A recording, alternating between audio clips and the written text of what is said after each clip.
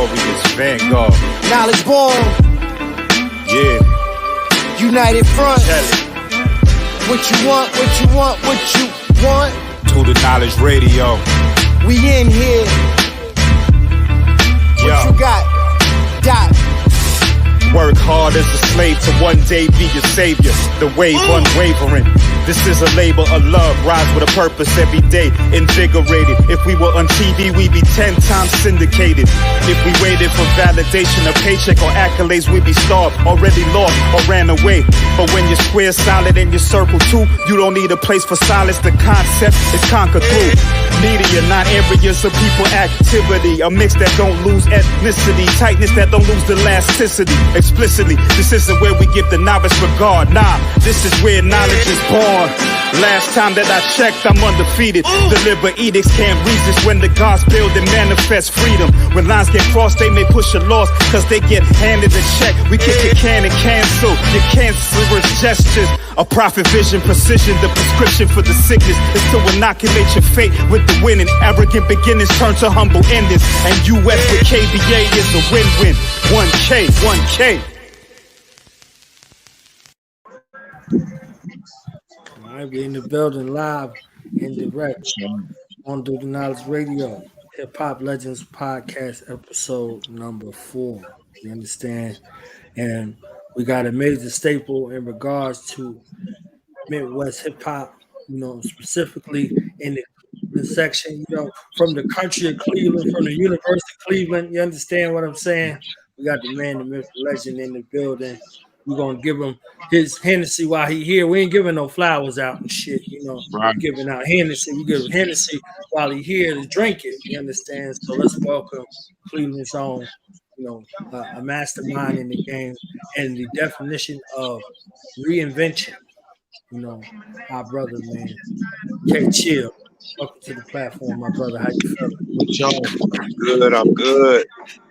What's good, people? Thanks for having me. Shit, for sure, man. Appreciate you being here. I keep saying that, but you know what it is, man. Like, in this city, you one of the biggest legends we ever had. You know, even without having the major deal. Like, I remember it was some people out here that had the major deal and had the MTV video, but I knew more people that had your tape than had their tape. You know what I'm talking about? So, always a legend to me. I'm glad to have you here. I'm glad to be here, man. I appreciate it, man. Like, that's real, because, you know, I mean, I hear that a lot. People saying a similar thing, like, you know, and I love that because, you know, this was always an underground music. We never asked for, I remember being on interviews years ago, like, we never asked y'all to play the music, you know what I mean?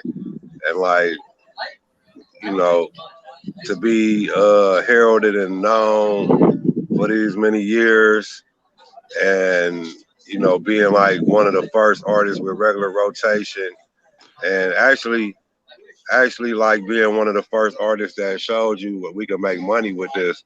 Like, you know, it's important to me, and like, so when I hear people say that, you know, that go a long way, because you got guys who saw X, Y, and Z, or was all on MTV or whatever.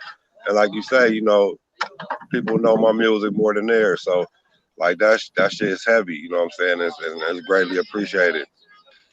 Right. Like me and Knowledge had a conversation yesterday, and I was telling him, you were the one that we could see. I could walk in the store and buy your tape, but at the same time, I might see you riding through the hood, even though I ain't know you back then.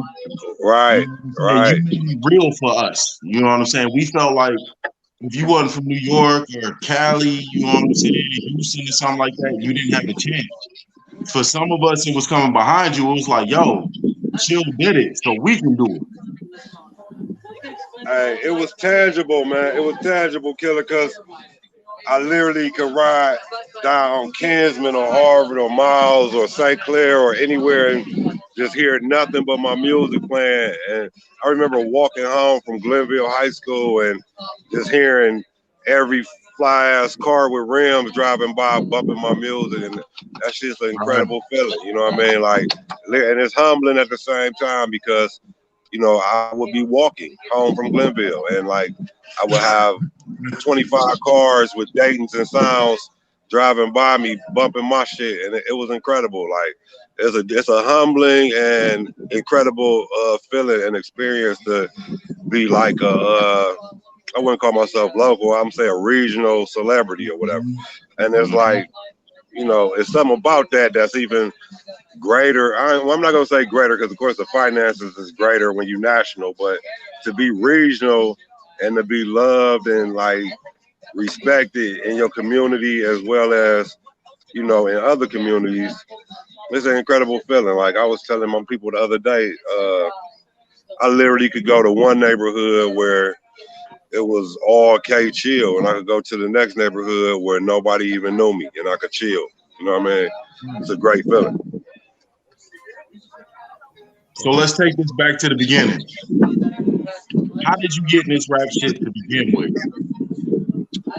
So the very beginning, I had I could always rap and I could always freestyle. So I had a group of friends, Phil Mosley, Rodney Kimbrough, Bobby Smith, Winky. I don't want to forget nobody. But anyway, these guys was working regular jobs, McDonald's and whatever. And they all decided to put a few dollars into my career and get me in the studio. That led to like 2 or 3 songs getting done. And at the time, I was still playing football for Glenville High School. But I used to always be late for practice or have an interview, you know, have a concert or something to do. And, you know, not nothing big at the time, but just like, you know, they having something at a local bar and I'm trying to get in the contest or whatever. And, you know, Coach Hubbard to be like, they used to call me rapper. Like, rapper, you either gonna rap or play football. And I put my helmet down on the field and walked off, went to the showers. And the only person came checked on me was Ted Ginn. I know y'all familiar with Ted Ginn. Ted Ginn came in there and said, I heard you a really good rapper. I'm like, yeah, that's what they say. He say, well, what it's going to take for you to make it? I'm like, I need to get in the studio and do these songs. And Ted Ginn had me in the studio like a week later. Ted Ginn was the first person to put any money into my career. So Ted Ginn, they put all these players in the NFL invested in your rap career. The very first person, and never asked for the money back after I blew up or anything. He really had nothing else to do with it. But he put the initial, like 5 of my friends and Ted Ginn initially put money into my career. So who had an influence on your sound? You know, because I'm looking at your freshman project, you know what I'm saying, in 92, you came out in a hell of a ass year. You understand? Right. In a hell of a defining year of hip hop on all coasts. If you look at everywhere, Poison Clan, everybody was coming out, you know, so whether you was in Florida, whether you was in Georgia, whether you was in, you know, Jersey, New York, whether you was on the West Coast, you see what I'm saying? Like you came out in a defining year for hip hop because it wasn't monolithic. Everybody was dealing with their authenticity. So, you know, it was a wild year, like you said. It was a year where you had to make a choice because it was leaving all the, you know, pro-black, Afrocentric, X-Clan, Tribe Called Quest, shit like that, and it was getting more into gangster shit. Like that West Coast gangster shit was taking over, and you know, you had to like choose a side in them years. Like you had to, as an artist, you know what I mean? You had to figure out what, you know, do I want to sell records or do I want to just rap? And for me, it was kind of easy because we had already been trapping and doing, you know, certain shit. And my subject matter was that of a typical probably 16, 17-year-old. You know, I rapped about driving hot cars and messing with hot girls and this and that. So it kind of all fit right in. But it was a serious year as far as hip hop concerned, as far as it was over for, you know, all due respect to the great Will Smith and MC Hammer and different ones like that. It was a wrap, you know what I mean? Yeah. And it was like, you know, it was heavily dominated, and then it turned into where it was really real. You know what I mean? You couldn't be out here by yourself trying to get on. You know what I mean? You had to have a team, you had to have a squad, and y'all had to be real. You know what I mean? Like it was no game. You know, I can remember Jack the Rapper in like '94 or something, and like Suge Knight and them coming down there and just tearing shit up. You know what I mean? Like it was no joke. You know what I mean? So how did you wind up getting? But you wait a minute though. He asked me. Knowledge did ask me a question. Who influenced me? I'm gonna say, MC Ren influenced me. Cube influenced me.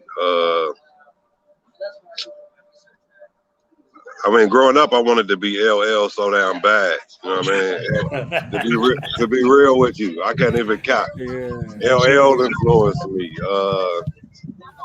But then we kind of took that and developed our own sound, like with me and Bone and just different people that was in like my camp. We kind of just took that and blended it with cause like when I say MC Ren, for example, I used to love how Ren would just like spit some shit real fast and then get back into his regular flow. You know what I mean? He would only do it for like a small little section, and you know, yeah, and then he get right back into it. Well, you know, I kind of took that part of it and just expanded on it and just kind of with just that fast flow and that but I mean, even as early K Chill, I would you know, keep it kind of slow but throw that in there real fast every blue moon like that. Go ahead, Killa. Now you were saying you kept it gangster, but on Get Your Funky Off, you had a couple joints on there where you were talking about some real things like Family of Fiends or No One Else to Blame. Like those were songs that made you think a little bit. It wasn't just about trapping and nigga and fuck that nigga. Like that was some other shit. It was no blueprint. So once they gave me the keys to the studio, he basically had a 17-year-old just rapping about whatever the fuck he wanted to. So like I used to look at shit, world events, street events, pretty much anything, and I'll just formulate a song about it. Like, you know, Family of Fiends was, I mean, most of my songs was true stories. Family of Fiends was a true story. No One Else to Blame. What was my one cut? Can't Let It Be Me. Yeah. You know, talking about the Iraq War and shit. You know, that was heavy on a young kid. You know what I mean? So I would watch the news, and you know, one of my favorite uncles was a Marine. You know, so listening to his war stories, I would incorporate shit like that in some music.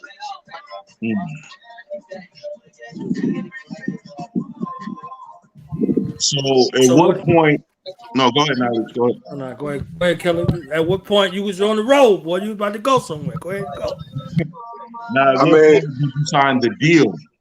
The permit. I had a few local deals. I had bigger deals on the table that management kind of blew. I was on a few national tours early. I mean, everything was full throttle. You know, it was once upon a time I was probably top 5 in the country type shit. You know, I mean, it's all the adventure of trying to get on. You know what I mean? So, you know, I came very, very close a few times. You know what I mean? Even with the reinvention, when I came back with Black Money, you know, we end up. And that was, I was telling my people earlier, like when we did that, you know, the whole point was to not come back as K Chill, was to come back and see, you know, could I do it all again under a whole different name, and, you know, just prove that talent always rise to the top. And that was like my whole little game with, you know, my whole little game plan with it. And we did that, but, you know, we went on national tours. We done been in the meetings and, record label boardrooms and all that, but you know, every man's destiny is preordained. So, you know, I did a lot in the rap game, put a lot of artists on and sold a lot of records and notoriety and all that, but you know, God had other plans for me, so that's cool. You know, I'm not mad about it. I love the life I'm living right now, and I love the fact that I still get interviews and still, you know, this is literally the second hip hop related thing I did today, as well as ran around 5, 6 job sites. So, you know what I'm saying? God is good. Life is good. Right. So I wanted to talk about that. I wanted to, spend, a lot of time unpacking that as an entrepreneur. You know, what was that role for you? You see what I'm saying? Like you talked about the hip hop role. You see what I'm saying? That's kind of entrepreneurial, but you wasn't really in control of your own vision. Like, so what was the push for you to go entrepreneurial, and what that vision looked like? And talk to us about some of those experiences that you can share with us. As far as rap related or what I'm doing now, What you What you doing doing now? now? Yeah. I mean, it's all part of the plan. So, you know, I mean, I've told this story before, and, you know, it get a little weird to those who may not believe, but I was on a 48 city tour with Bong, or Black Money was, and we was in Houston, Texas, and we had paid all this money for these suites in the W Hotel, and me, DJ Ice, and Flesh and Bone fell asleep in these 3 cocoon chairs that they had, which was on like bungee cords, and it just made you feel weightless. And in that chair, I just had like a vision, like a dream of just like almost getting programmed of what to do. And I just came home and I just followed what it told me, which was basically, because I had always dibbled and dabbled. My whole family did construction, so I dibbled and dabbled with it. And then I came home and I, you know, I mean, basically the vision was just like, you know, do great work. Well, I mean, let me give you a little backup on it. So we was on this tour and things was going real good. We was meeting with the president of Warner Brothers, groupies at the hotels, all that. And it's just like, I had my young guys with me, and I was just looking around. I was just feeling all the fake love. And I was just telling them, like, you know, don't get used to this shit. We'll be taking the garbage out Monday, you know. And make a long story short, we in the W Hotel in Houston. I was already feeling some kind of way, like, you know, here we go again. You know what I mean? Like, I've been through this shit already. And in that cocoon chair, I just had a little, like, vision of just come home, get the Facebook page, take all the rap shit off, start showing your work, start doing great work, and it'll happen for you. And I came home and I just executed, you know, and it was slow. It wasn't like the shit happened overnight. And I executed the vision, and, you know, shit started to pop. So I'm gonna say, like, you know, as far as being an entrepreneur or whatever, as far as how that relates to music, it's the same hustle, because it don't matter if you're trying to be a rapper, a lawyer, a construction worker, contractor, gymnastics, Olympian, anything. If you do not put in the work, it will not happen. You know what I mean? So I just applied myself into construction the same way I used to apply myself in the studio. And, you know, I look up and I'm like, you know, me and a few cousins and a couple trucks end up being one of the biggest construction companies in Cleveland. So For sure. grab that blunt, please. All right, I had a blunt, the wind blowing the trees off the table, y'all. Hey, get them trees together. You understand? Get them trees together. You see, we way up. Let me give you a little view. We way up. What side of town y'all on right now? Shit, I'm on the west side. You know that. My man's in like North Carolina. Over there. Yeah, I'm over there. You over there. Yeah, I'm over there. Yeah, I love it up here though. This is what we come to just chill and just get a little refuge from a hard day's work. Man, I still kick it in the hood though. They having a balloon release and vigil for my sister right now on 94th and St. Clair. So I'll probably blow down on that a little later. But I still kick it and parlay all over the city. For sure, man. And much love to your sister, man. I didn't know about that. Yeah, you know, that's a warning out here for everybody listening, you know. I had to check on my people, but yeah. You know, that fentanyl shit is dangerous out here. So somebody slipped my sister some fentanyl last year and she passed at like 25. So yeah, so shit, you know, shit crazy. But everybody, you know, be careful who you smoking with, be careful who you drinking with. For sure. So I wanted to ask real quick. Well, I wanted to make a comment real quick.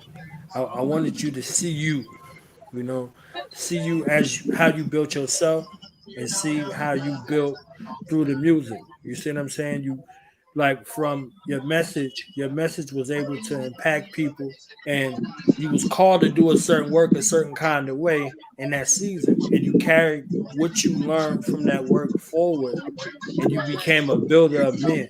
You see what I'm saying?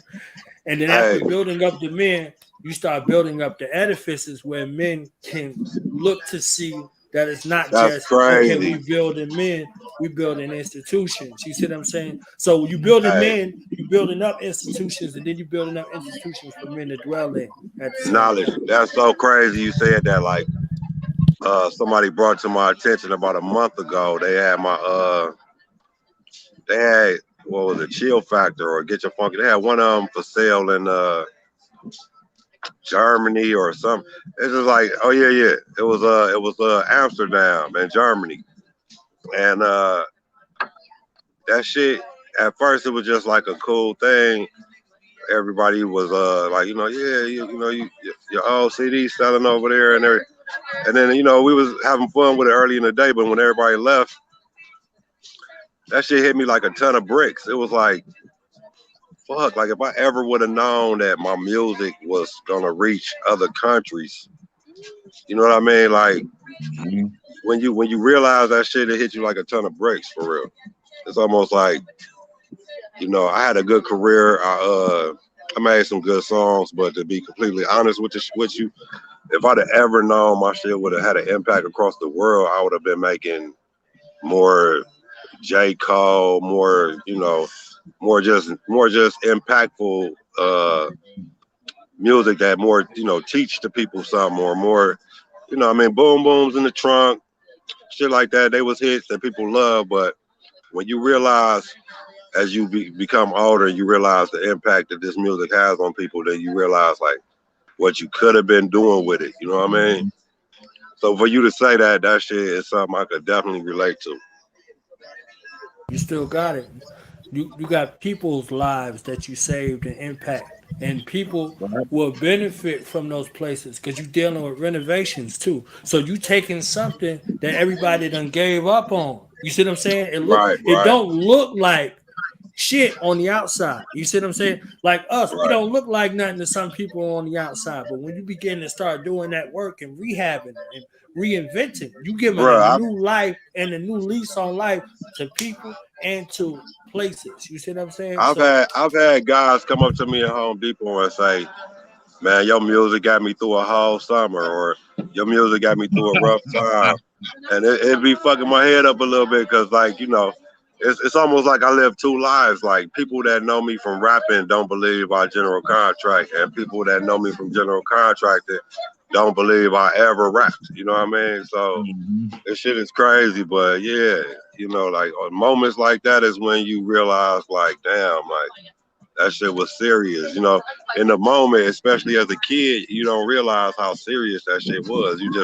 You kicking it, you rapping, you on stage, people cheering, and that's that. But when you get older, you realize, like, damn, I had a serious impact, and you know, it's a beautiful thing for real.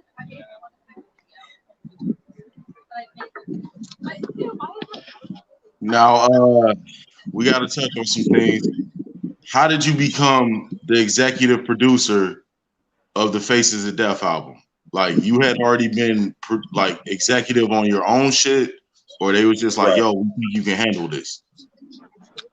You know, Bond was my dude. You know, we grew up together, and we started a group called the Band-Aid Boys, and from there we ended up going to different high schools. They went to Lincoln West, I went to Glenville, so they more stayed together as that as Band-Aid, you know, Band-Aid Boys, and eventually Bond, and I was already on my, you know, solo K Chill shit. Mm-hmm. So as things progressed with my career, we always was in the streets, and we always was, you know, doing our 1-2. So when my records came out and started doing good or whatever, the very next thing was you know, let's get my youngins on, and that's what we did, you know. So I brought them to the table, and you know, it was actually Lazy first. Lazy was my hype man, and then Kermit ended up having a talent show, and then they all came in to try to audition, and I was just like, we don't need to audition, you know what I mean? It's already a go. And from there, you know, we put out the Faces of Death. So how I ended up executive producing it was they end up having some financing that fell through. So I just told Kermit, fuck it, you know what I'm saying? I'll pay for the shit, and that's how that shit happened. Oh shit. Okay. Yeah. Okay. Because I thought you just oversaw the project. I didn't know you had got behind it like that. Well, you know, executive production and producing, that's, you know, I did the I did like overseas aspects of it, from like the artwork to the facilitating what studios or whatever, but you know, that was the extent of it. Like I had them going to Archie. Archie took care of mainly most of the music. You know, I had to I forgot my guy name. I know he's gonna be salty, but he'll remind me. He did the artwork. And you know, they was mad at me to this day about that artwork, because you know, they was like a few of them was in jail, so it was nothing else I could do. But like they told me, we want the Grim Reaper behind us, so you know, I made it happen. And you know, things were so low tech. Things were so low tech back then. I know you remember this. I went to Kinko's. I went to Kinko's on fucking Euclid, and just took one of their pictures and imposed it over the picture of the Grim Reaper and shit. So that's how that shit happened. But you know, yeah, I mean, it was a big learning experience as far as stepping out, as far as on the executive side or the business side of the music for me, you know, besides just being an artist. Yeah, because besides doing contractor stuff, you had a store like the ice cream shop or some shit like back in the day. Right. So you when they came back to shoot that video, they came back to shoot that video. That's when that dude got shot in front of my ice cream spot. But I never forget that shit. They came back like, damn, Chill, you got a store now, and I'm like, fuck that. What's up? We got a record deal. You know what I mean? Like, I was more pumped about that, but you know what I mean? But you know, everybody got their feelings and, you know, thought processes. So things ain't quite work out at that time with as far as how it probably should have been. But then, you know, years later they came and invited me on tour, and you know, we let bygones be bygones, and everybody cool now. So we all 40-something years old now. So I mean, that shit is it's all so long ago now. There's really nothing you could really do to, you know, change the way shit played out. And you know, they happy, I'm happy. So, you know, God is good. For sure. So let me ask about. Go ahead. Yeah, I've been itching to ask about your relationship with MC Chill. You understand what I'm saying, and how that whole thing went. You see what I'm saying? MC Chill can't chill, man. Hold on. Before you answer, go ahead. Yo, my man calls me yesterday, right? He like, yo, I've been bringing this K Chill, but right now I'm bumping this MC Chill, and I'm like, yo, that's like 86 through the early 90s. You know what I'm saying? I'm a little young for that, but like, yo, MC Chill, like he was like really digging through these Cleveland crates, trying to figure out how our hip hop worked and shit like that. To go back to MC Chill, like yo, yeah.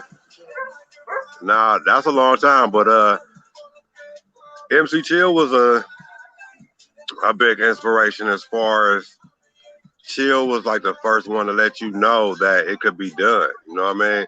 I mean, he had a national record deal. So the funny thing is, he called me about a couple weeks ago. I was on a job site, and we've spoken and kicked it many times in the past. But this one conversation a few weeks ago, I was actually working on a luxurious fish spot at the mall in Strongsville, and he called me while I was on a job site, and he was just telling me how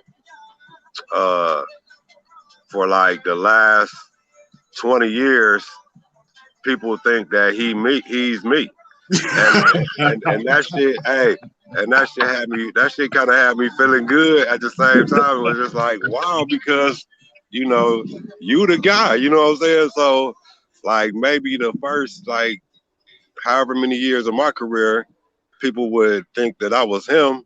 And then for him to tell me like, no, bruh, everybody, they call me K Chill and they think I'm K Chill. And it's like, it's funny. We had a good laugh about it, whatever. But I told him, I said, man, fuck what they say. They could call me the GOAT or whatever, but you the GOAT. You know what I'm saying? You started this shit.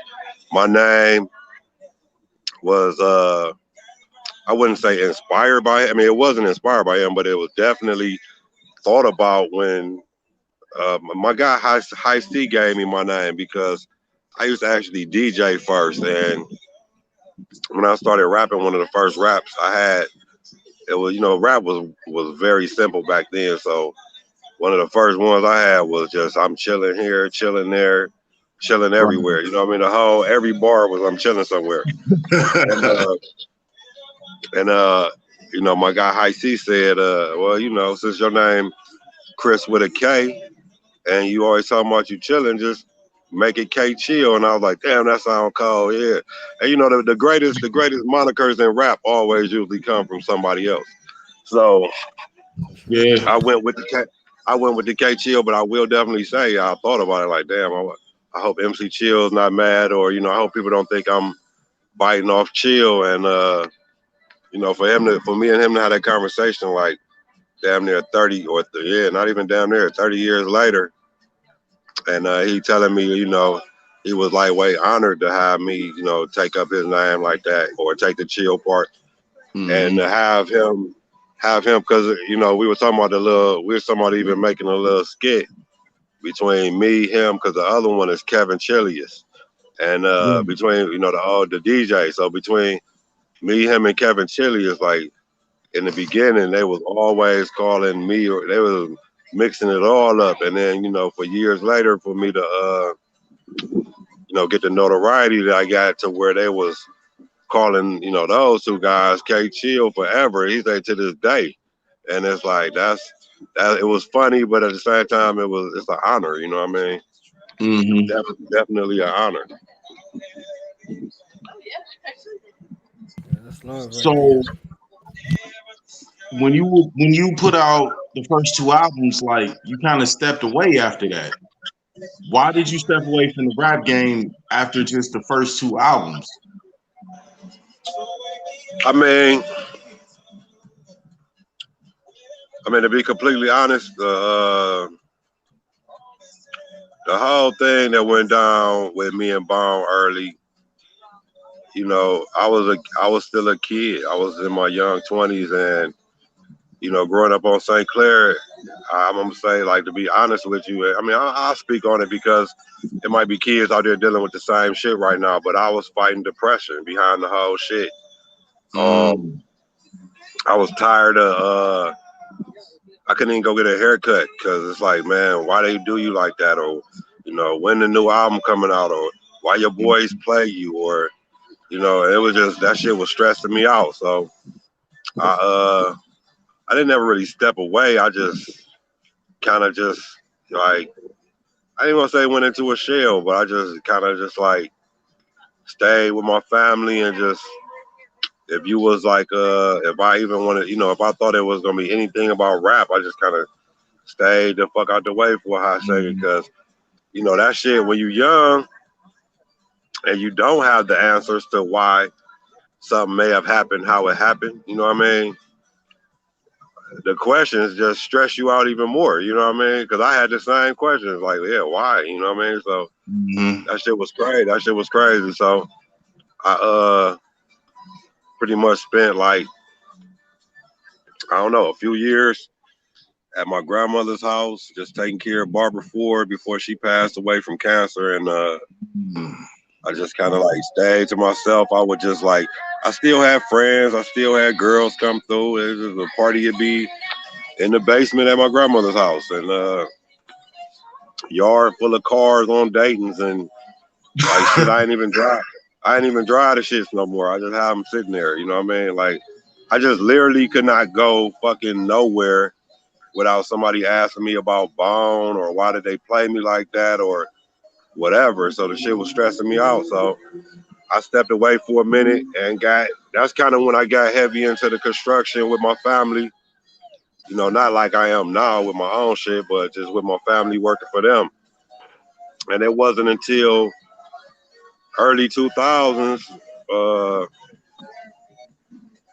when some of my youngins that eventually became Black Money, they wouldn't give it up. They'd come to the house like, chill, you're a legend. Like, man, like, you need to be in the studio. You need to be doing this and that. Finally, I said, you know what? Okay, I will. I'll go back in the studio, but y'all coming with me. We're going to make a group, period. So that's how that's how the whole Black Money happened. It was like, I figured that if I figured it was almost a test for myself. Like, I knew I could easily, like, come out with some K-Chill shit and possibly bubble back up or whatever. But I said, like, if I do it under a whole nother name with, a group of guys that, had talent that I probably, it was just like a test to see if I could get, somewhere near the top again without it being K-Chill related. Right. So I owe that to them. I owe that to T-Love. I owe that to Kelly Davis. I owe that to Young Russ and T.Y., I owe that to Nate, Mr. T. I owe that to you guys. Like, y'all got me back on my horse.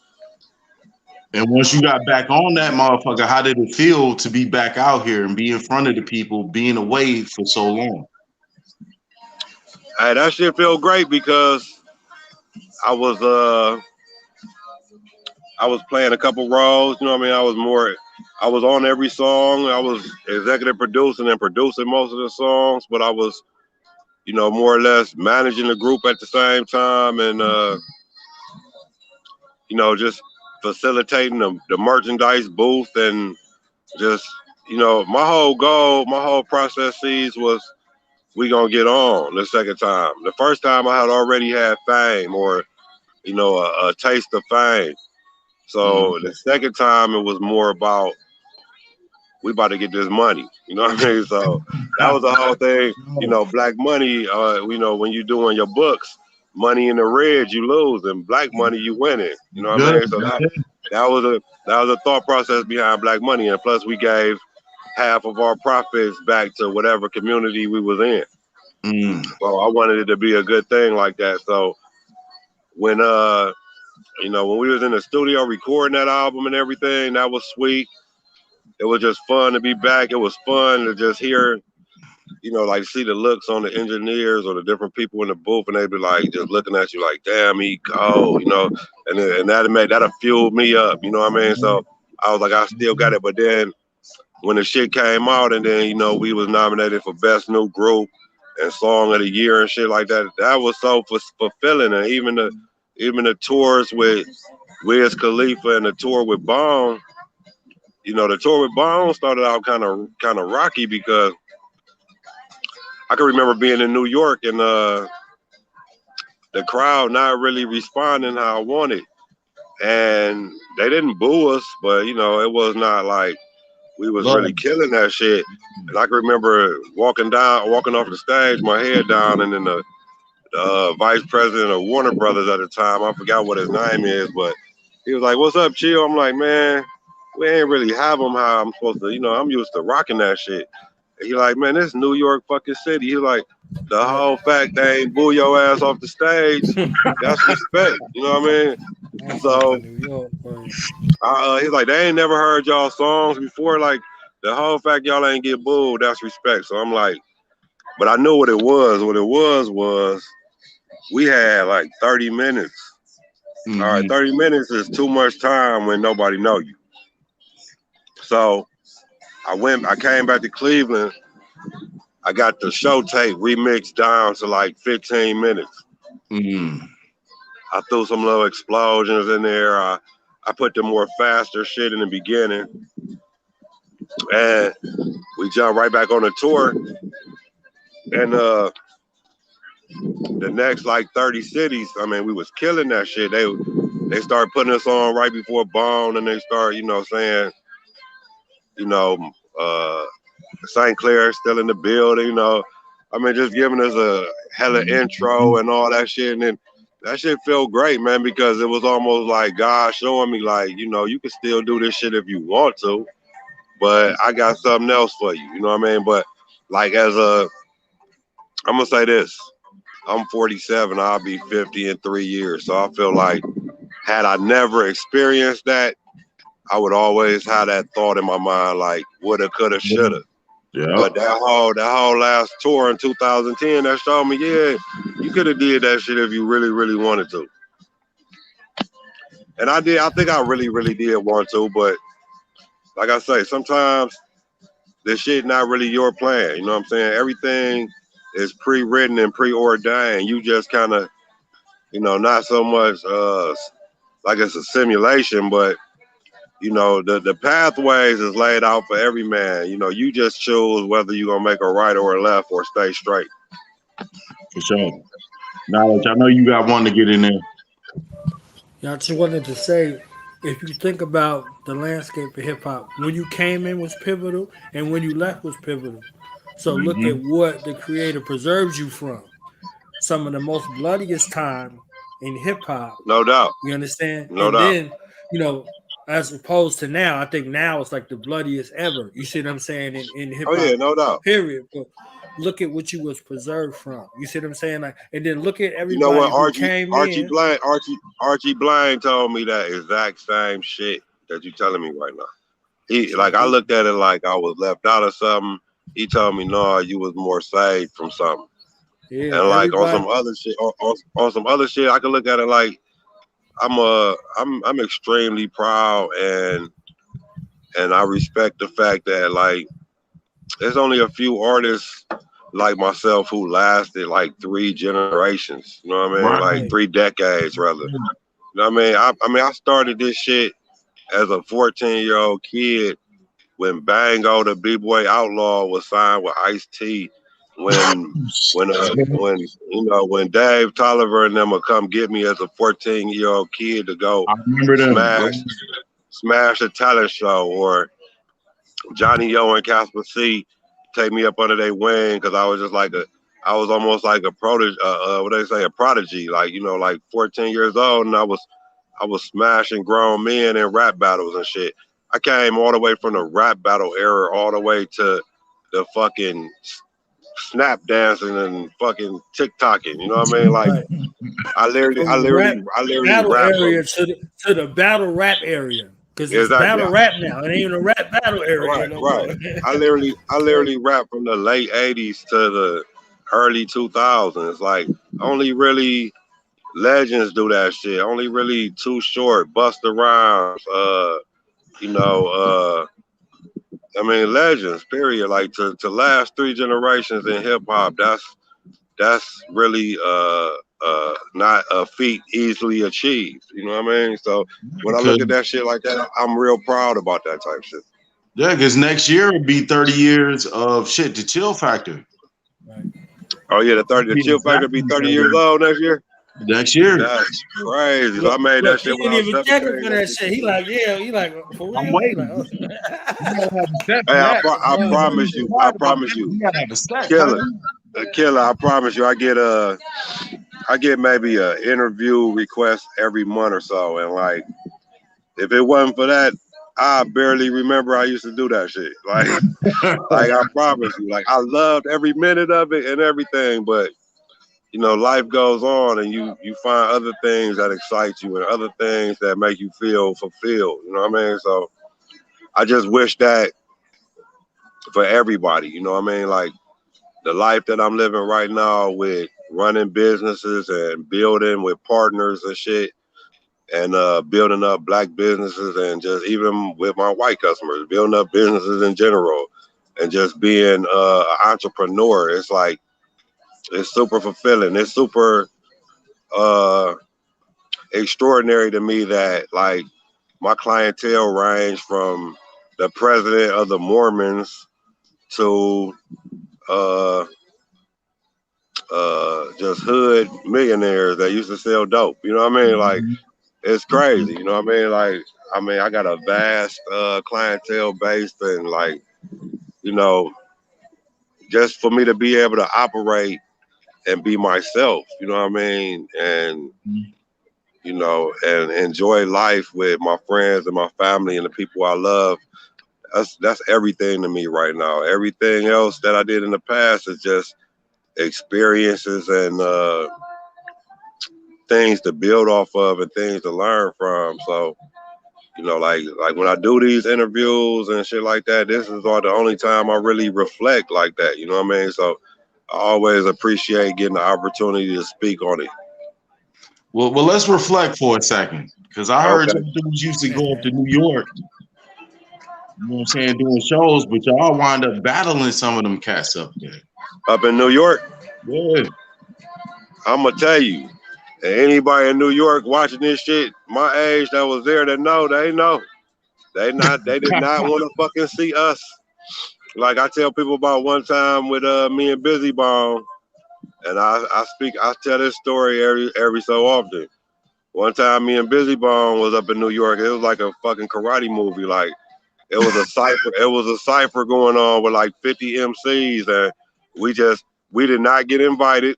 We knew nothing about it. We just walked in the middle of that shit and just start Bruce Lee and everything in sight. And next thing you know, people was falling off left and right. But yeah, that whole battle shit. Like I know at one time I had to be top 5 in the country because my management would just sick me on niggas like a pit bull. Like go get them. They have 500, 1,000, 10,000, 5,000 on the line, whatever it was. Half the time I ain't know nothing about it until afterward when they would tell me, oh, I just won 5 bands off you. Here, take a band, you know.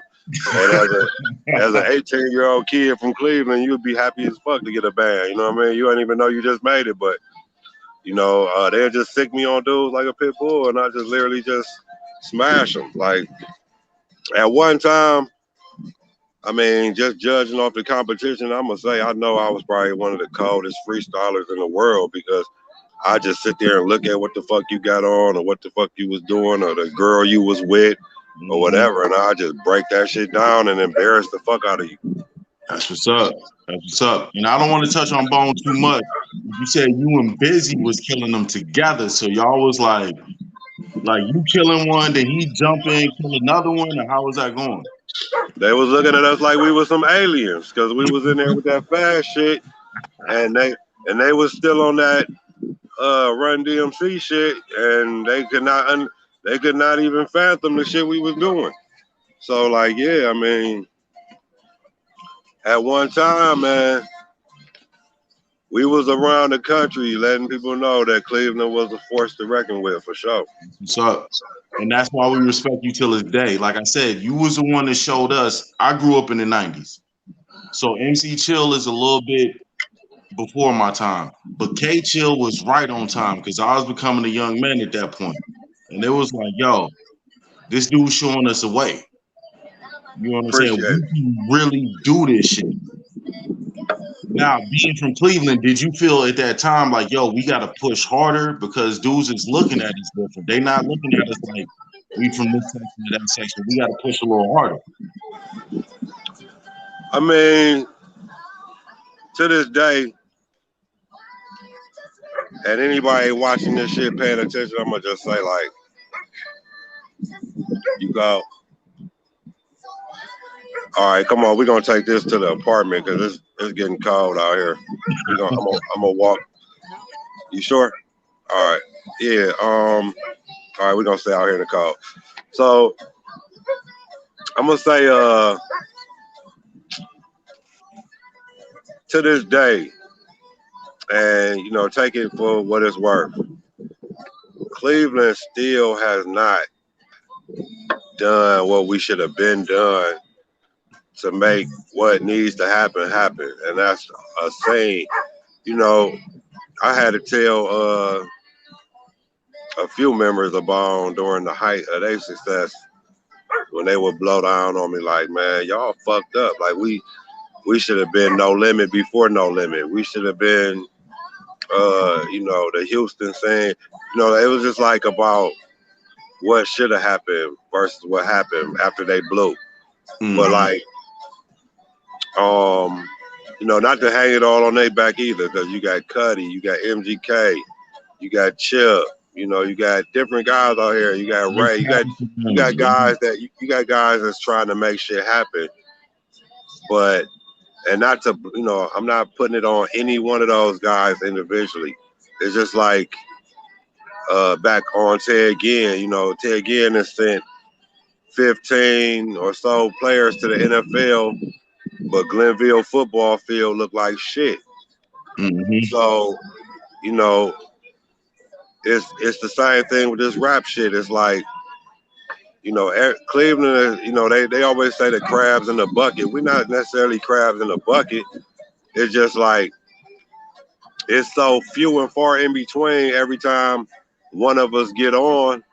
It's almost like we want to solidify a space before we reach back. But in reality, we have never had an instantaneous movement where like Houston blew up, Atlanta blew up. Yeah. Florida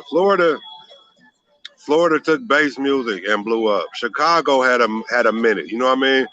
Detroit, you know what I mean? Even if it took Eminem so many years to reach back to Royce and different niggas, he did it. You know what I mean? Like, you got to look at this shit. Cleveland has never had a consistent, concise movement where everybody was, you know what I mean? And that's a fucking shame because you got to have, you know, I could tell you every year, you know, like we were just talking about Bango and them, Catch 22, Chill, you know, MC Chill rather, you know, Johnny O Sorcerer Crew.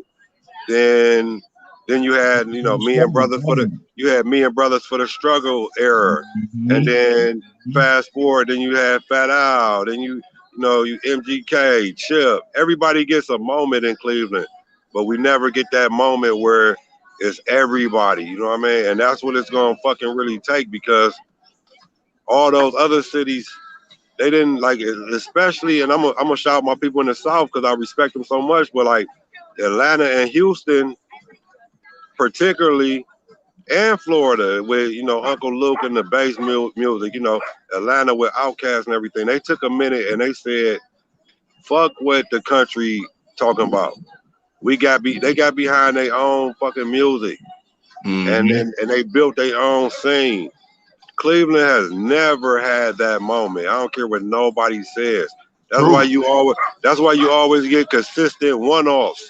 That's why K Chill was hot for a few years, and then this guy's hot for a few years, and this guy's hot for a few years. That shit is dead. You know what I mean? We have to come together and build something that's gonna stand for the test of time, and until we get that moment, all these one-offs don't really mean shit. Right. Because the music scene, especially in hip-hop in Cleveland, is very segmented. It's me and my dudes and fuck everybody else. I'm not about to work with these dudes over here.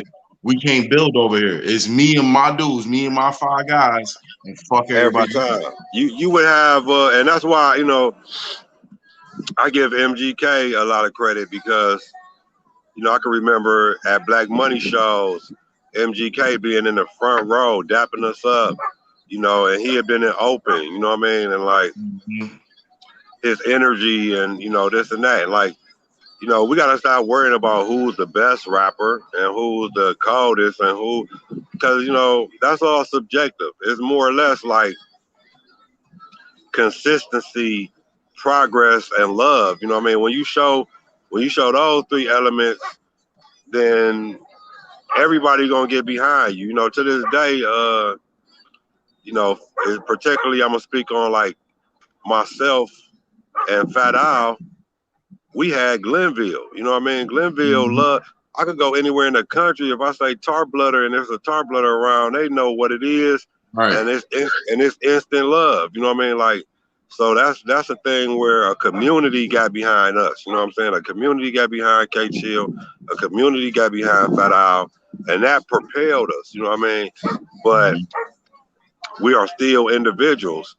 So we need the whole community of Cleveland and then the whole community of Ohio to get behind everybody. You know what I mean? And that's when you're gonna get something that's substantial and something that lasts. Right. Until then, you're gonna keep getting. I mean, it's to the point of, you know, we're in the ATL right now. We play an Outkast record. It don't matter what the fuck Outkast record we play. Everybody gonna go ham, you know what I mean? Because the whole fucking state of Georgia is behind Outkast. You see what I'm saying?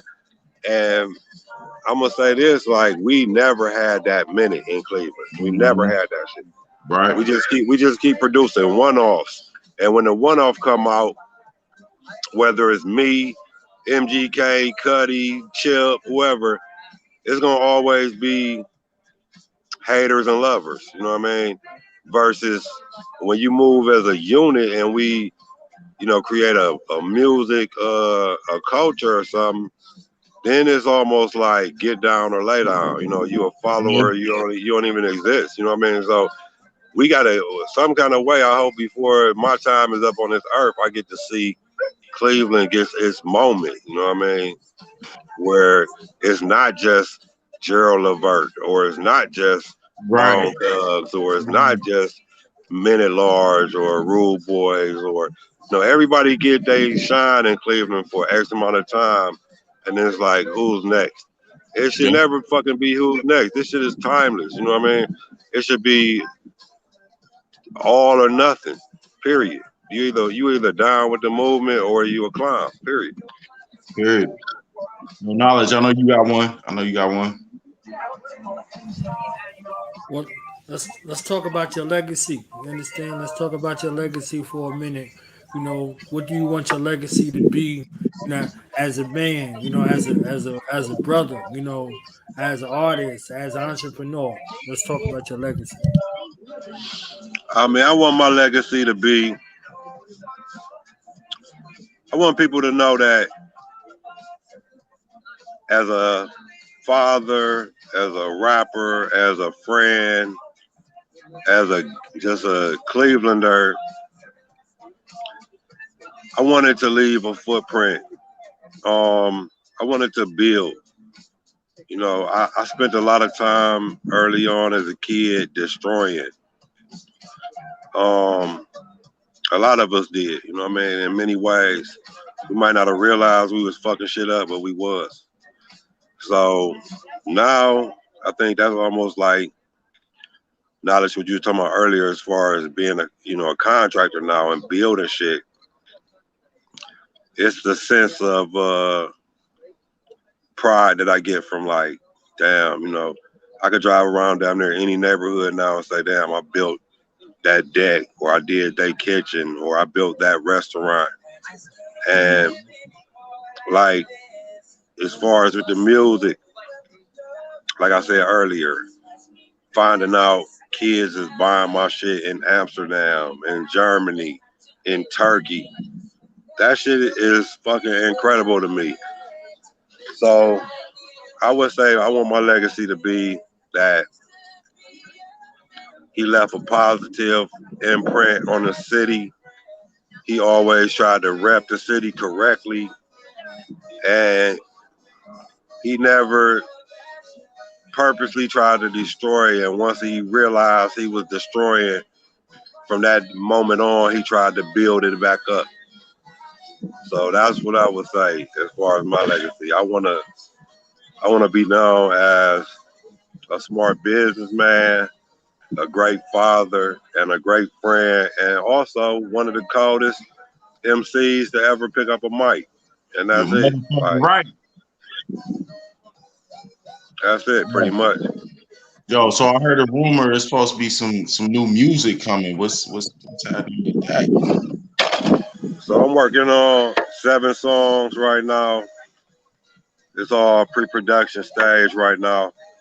I got Sparks from New Jersey who engineer on Jay-Z shit, Harry Fraud, Diplomat, what's his name? My guy from Dipset, Jim Jones.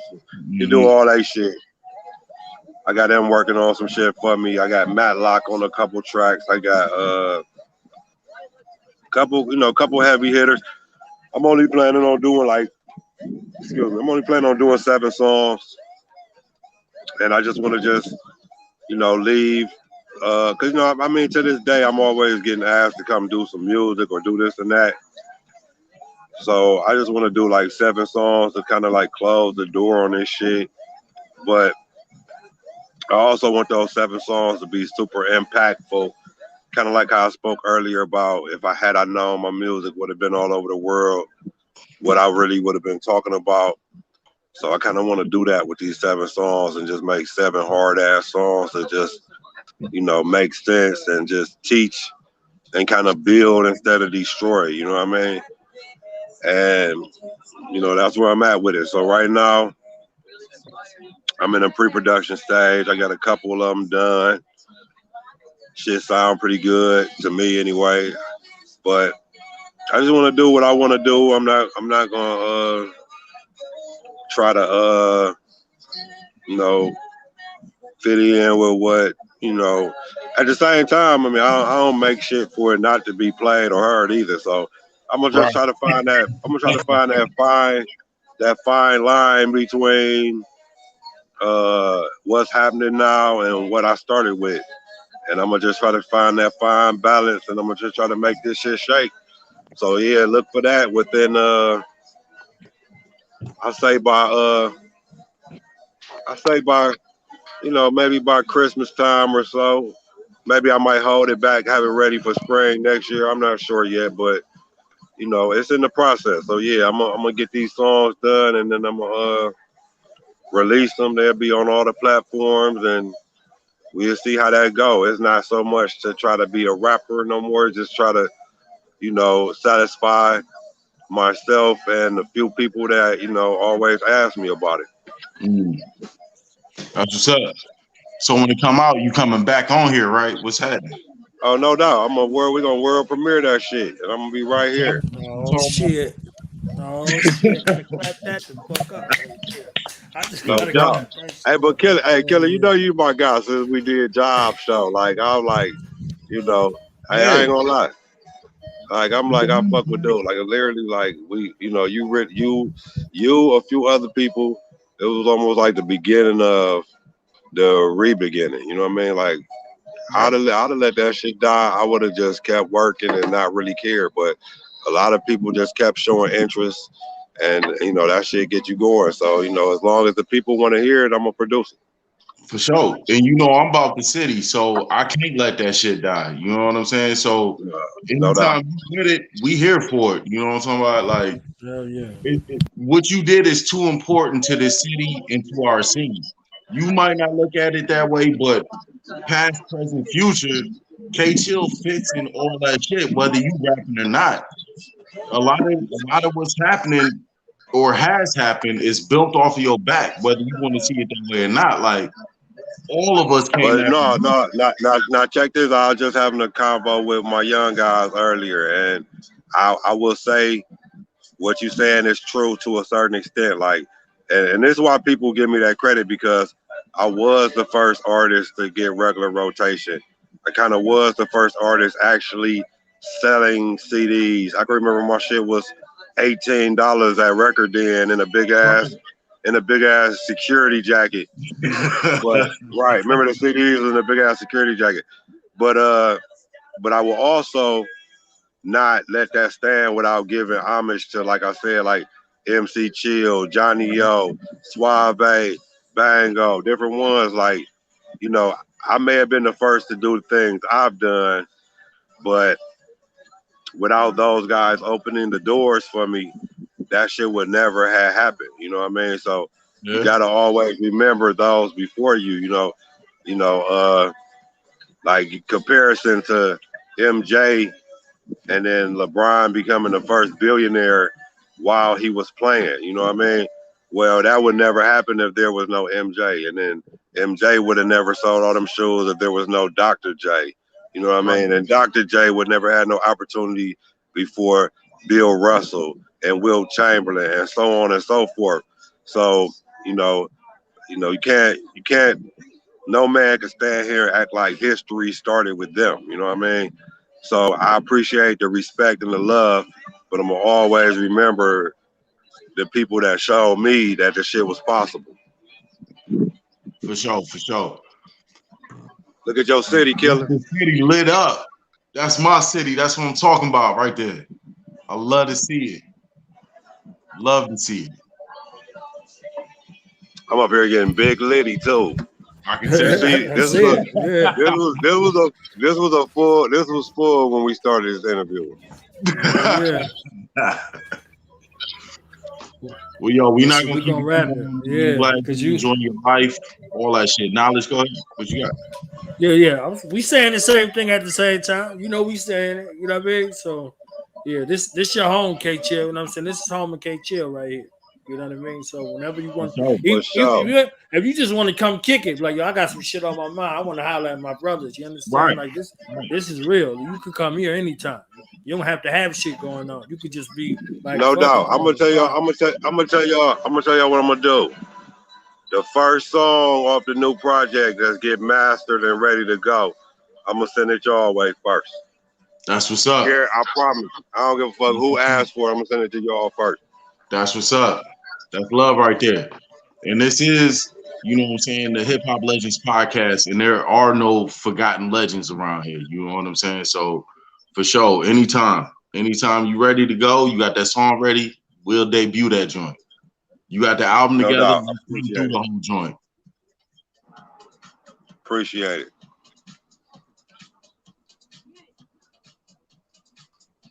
Oh, look like Logic or Knowledge froze up over there. But yo, yeah, he froze. He's icy. Yo, man, but I appreciate you. Hey, that's that chill factor. That's a right. He on that chill. Yo, we got chill on here. He froze on the stuff. About to start, man. We got to get up. Yeah, no doubt. Football season. Hey, matter of fact, I'm gonna invite you up. We're gonna watch that boy right there. Let's go. I'm with it. Let's get it. And send me your email. I'm gonna send you something. Let you hear something. Oh, for sure. That's what's up, man. I thank you guys for having me, though, man. It was fun. I really appreciate it so much, man. Anytime. Whether I hit you up or, like he said, hit me up. We can go anytime. If you just want to talk about some shit, let's go. It's all love over here. That's what's up, brother. Hold on that motherfucking roof, cousin. Yes, sir. Let me take y'all up for a closing. Appreciate you coming out tonight. Look at that city, man. That bitch is beautiful, man. Motherfuckers don't know. Look at that. They don't know, bro. Home of the Guardians. The Guardians. That's the land right there. Right.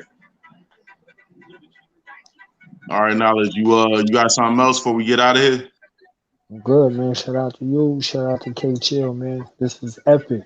Stan, we got to come back and talk this Cleveland hip hop, man. I love it. You know what I mean? Because it's no doubt, bro. Anytime.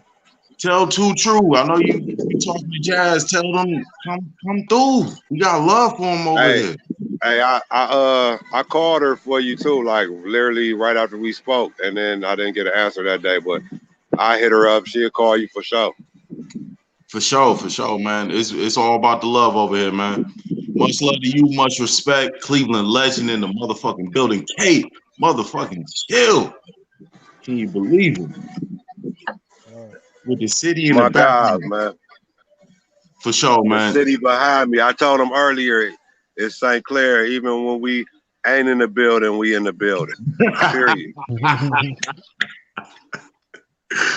For sure, man. Peace to you, man. Peace. All right, much love, man. Appreciate you guys. It was fun. For sure. For sure.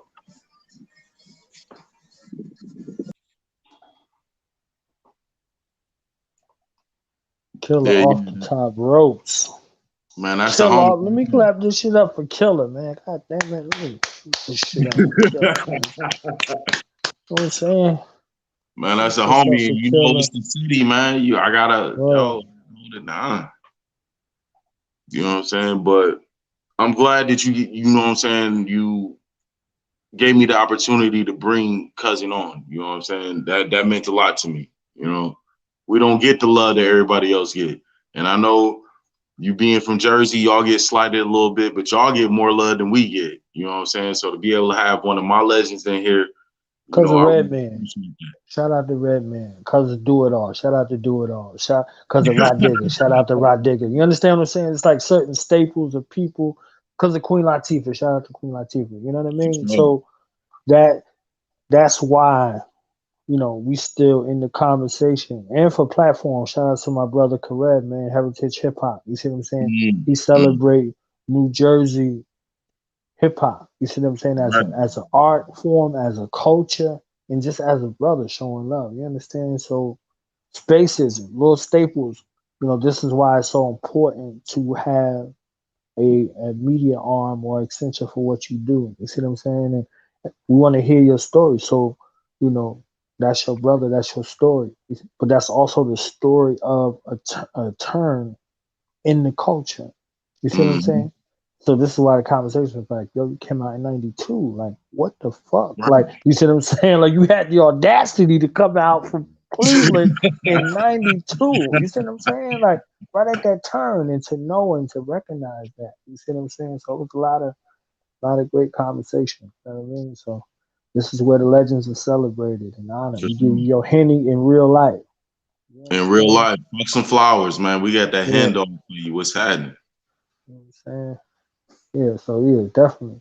We got some more stuff lined up. I'm looking to talk to some other people to see what Sunday gonna look like. You know what I mean? And it's all the way up from here. Some people owe us some conversations. Not owe in the old sense like it's a debt, but you know, if they couldn't make it, they're gonna be back. So, you know, there's some other people that's coming through. Hey, it be like that sometimes. Life happens. It be like that sometimes. Shout out to Rome, man, and the Melvinaire podcast. Since he's not here to say it, you understand?